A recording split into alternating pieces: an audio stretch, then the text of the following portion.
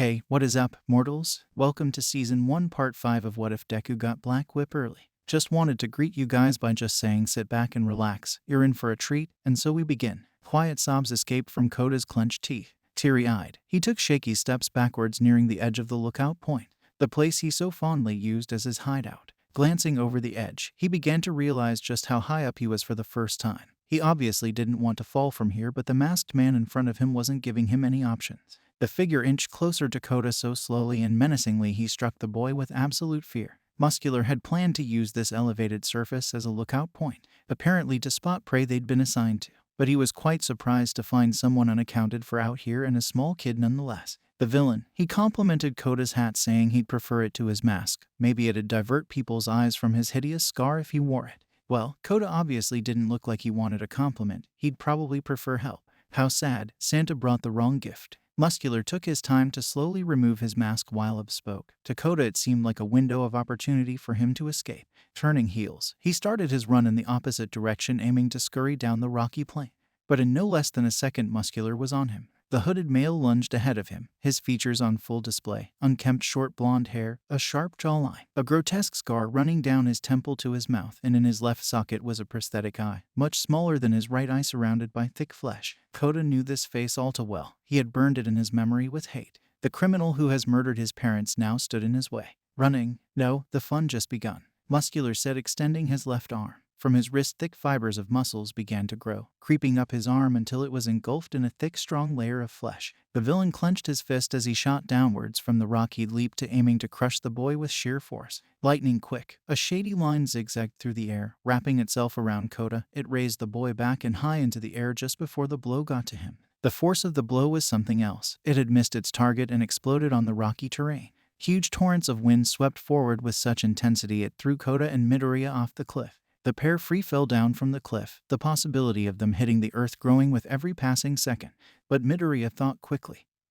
He held onto Koda tightly with his left arm while he aimed at a tree. A tendril shot out, fastening itself to a bough. He guided the momentum, swinging into the forest. Since his training, he'd somewhat managed to navigate through the thick growth of the forest, though he could remember in numerous occasions going face first into a tree. But Midoriya waved that thought away. He certainly wouldn't want that happening here. Aim, hold, swing, release seemed easy, but there were so many millisecond decisions Midoriya had to take. At an instant he'd have to choose which branch could support their weight. Time his swing to avoid tree and release quickly enough, and nighttime didn't make matter better. But despite all odds, it seemed his brain was working overtime to keep them alive. This part of the forest was far away from the burning trees and gases, so they were good for now. Midoriya's goal was rendezvous with Mandalay and drop Koda off in a secure location, then see where he could help out. The attack on the camp was bad, but now it was worse for them. Midoriya hadn't bargained to meet a villain up there. He had escaped with Koda quickly and worked with putting a considerable amount of distance between he and the villain in a short period of time, so they were probably far away from him. He was at a huge disadvantage fighting a power-type quirk with a support quirk. His quirk worked around restraint, with creativity. He could provide slight offense, but that was it. He wasn't suited to match a power-type villain, which was why running was the smart thing to do. All this while, Midoriya noticed Koda kept his eyes shut, probably scared of what he'd see if he opened them. Only when Midoriya swung to a stop on sturdy branch did he open his eyes, sobbing silently without speaking. My phone must have fell out while I was swinging, Midoriya thought to himself while he searched his pockets. So reinforcements was a no. His phone had probably dropped out of his loose short pockets down into the forest, and no one knew where he was at the moment. He had to get back quickly. Then he felt it. A sharp pain in his head that overwhelmed him. The pain caught him unaware. Midoriya winced and he dropped from the branch to the ground with Koda in his embrace. Luckily, the branch wasn't far away from the ground, but he still felt the effects of that fall in Koda as well. What was that sharp pain? But he didn't have time to dwell on it. The moment they dropped, Muscular appeared instantly with ramming his fist into the tree they were in a second ago, obliterating it. A big stroke of luck. Whatever had happened in his head had saved them back then, but now Muscular turned his attention to them instantly.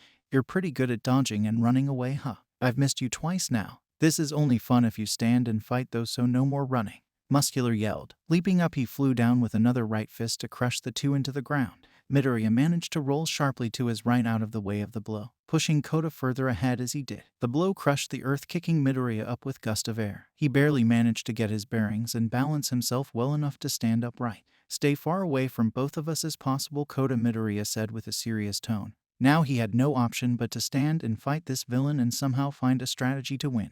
Well, you'd better show me what you're made of, if you want to make it out alive. Muscular yelled, throwing aside his hood. Now he was only in a tank top. The fibers around his left arm flailed loosely in the air and slowly retracted back into his arm.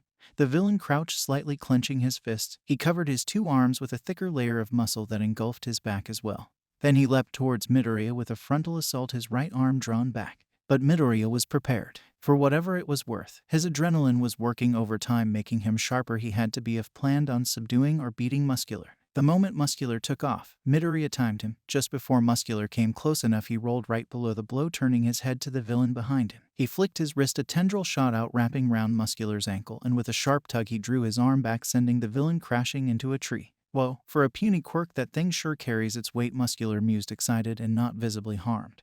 The fleshy mound had taken the impact of the collision. What could he do to take care of it? Midoriya wondered. Well, there was no use just being in defensive all the time. He had to focus Muscular's attention on him and not Kota. He had an idea he wanted to try. He charged the villain, much to his surprise, running up a bit close. Then he lunged left to Muscular's blind spot, his left eye. Naturally, the villain would have to turn his head left to see Midoriya, who was outside his line of view. It would only buy him a few seconds, but that was all he needed. Once Muscular turned his head, his face was instantly wrapped with a black tendril covering his eyes. Then, like a swing, Midoriya planned to dive between the villain's leg to flip him inside out. But before he got low enough, Muscular instinctively buried his right knee into Midoriya's jaw, kicking him upwards. He grabbed the tendril, pulling back, sending Midoriya towards him.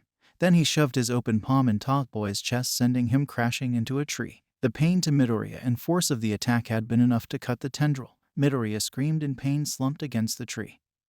His sternum was throbbing badly. He was sure it was broken, and he was sure that shove had cracked a few of his ribs. Going for my weakness, smart but not enough, the villain said. Blood trickled down the side of his lips, which he weakly wiped away with his arm, groaning as he did. His plan had failed just as quickly as he'd come up with it.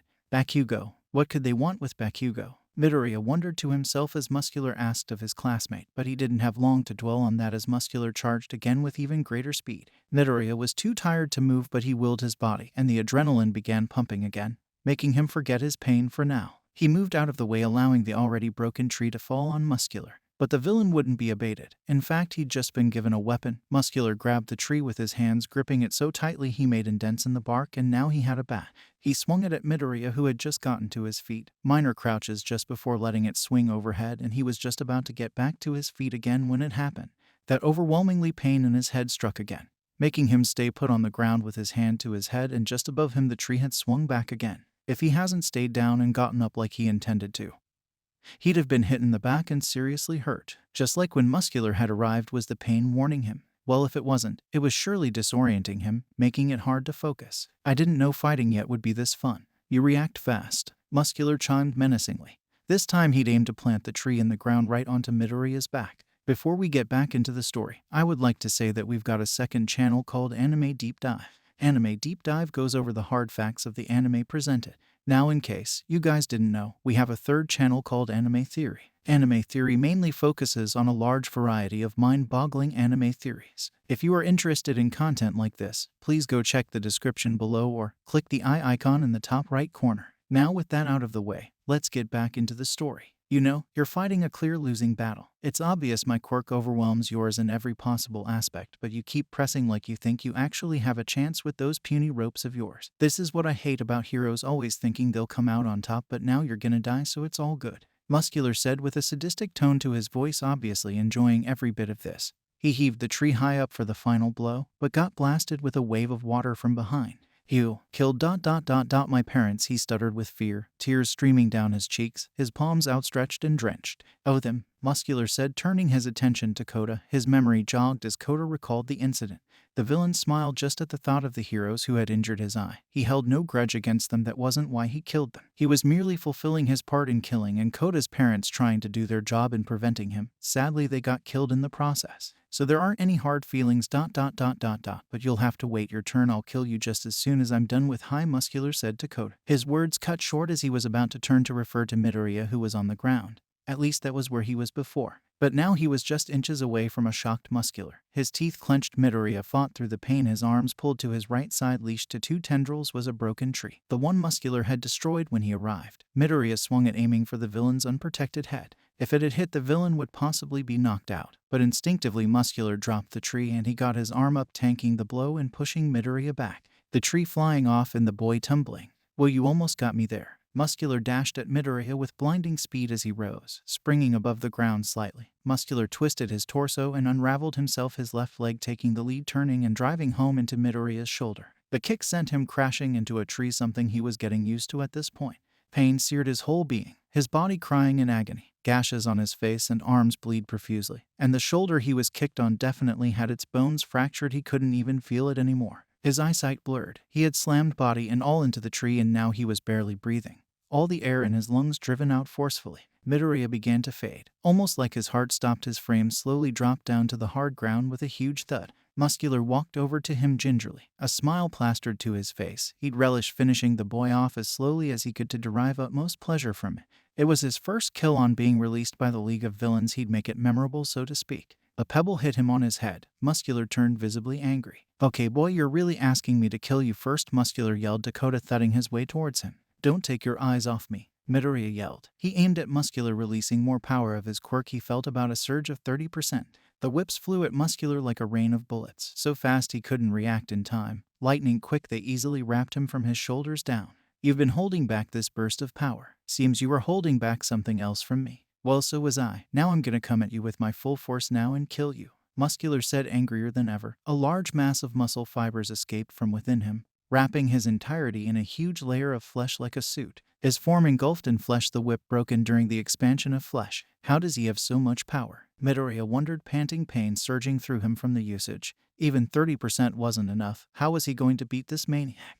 Was he going to lose here? No, he answered himself, clearing those thoughts. He'd protect Koda like a true hero would, like All Might would, with a smiling face. His lips slowly arched into a smile. "Don't worry, Koda, I'll protect you," he said to the boy now behind him. He had a plan now in the most dire of moments, something he should have realized earlier. It was risky, but this was all he had left. It hit him again, that pain in his head. Slowly he'd realized what it was. Each time it was warning him about impending danger. He didn't wait to find out if he was right. He jumped, focusing his whip on the ground, shooting himself higher into the air. He was right. Just as he left, Muscular had bulldozed through where he was. Midoriya now hovered over Muscular. "I won't hold back any power. I'll have to use Black Whip at full power for this." He aimed his two hands at Muscular. He let loose all the power he'd been holding back, letting Black Whip's power rampage like the first day he'd use it, but this time he'd guide it. Black tendrils shot out rapidly with their powers unrestricted.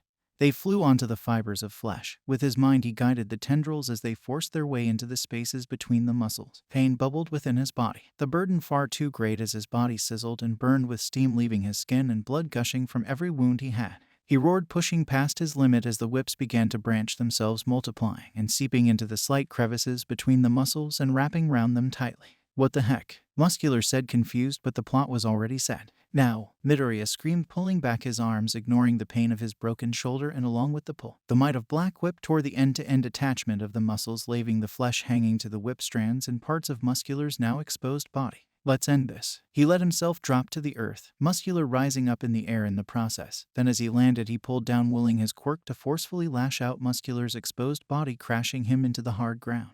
The ground crumbled with the collision. Debris flew everywhere, driven by powerful gusts of wind, and embedded in a large crater was a passed-out villain. "I did it," Midoriya said, trying to make his way to Koda. His insides felt like they were melting. Numerous bones were shattered, and he had lost a lot of blood. All he saw was red before he dropped to the ground. Thank you all for watching the video to the end. Now there are a few more things that I'd like to go over before the video ends. On behalf of We The Celestials, I'd like to thank the writer of this video and editors for this video. Their details will be in the description. If you're a voice actor, editor, or writer, or you're interested in becoming one of those, go to the Discord that is in the description of this video and hit up the head of one of those areas. We're always looking for members to join us. That's it from us for today's video. So thank you all for watching, and don't forget to hit that subscribe button if you're interested, and hit that like button if you liked the video. Until next time, peace out, mortals. Have a fantastic day.